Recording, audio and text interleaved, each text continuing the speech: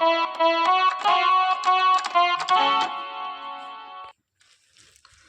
तो साथियों, स्वागत है आपका हमारे चैनल पर। तो आप लोग वीडियो को देखिए, ज़्यादा से ज़्यादा शेयर कीजिए और लाइक कीजिए, सब्सक्राइब कीजिए। और आप लोग कमेंट में जो गाना आप लोग लिखेंगे हम वो पियानो पे बजाकर आपको दिखाएंगे, सिखाएंगे। और आप अधिक से अधिक शेयर कीजिए और सब्सक्राइब कीजिए। तो आज हम बजाने चल रहे हैं भोजपुरी सॉन्ग, जब से नैना लड़ल बात आगे बढ़ल। तो आप लोग ध्यान दीजिएगा।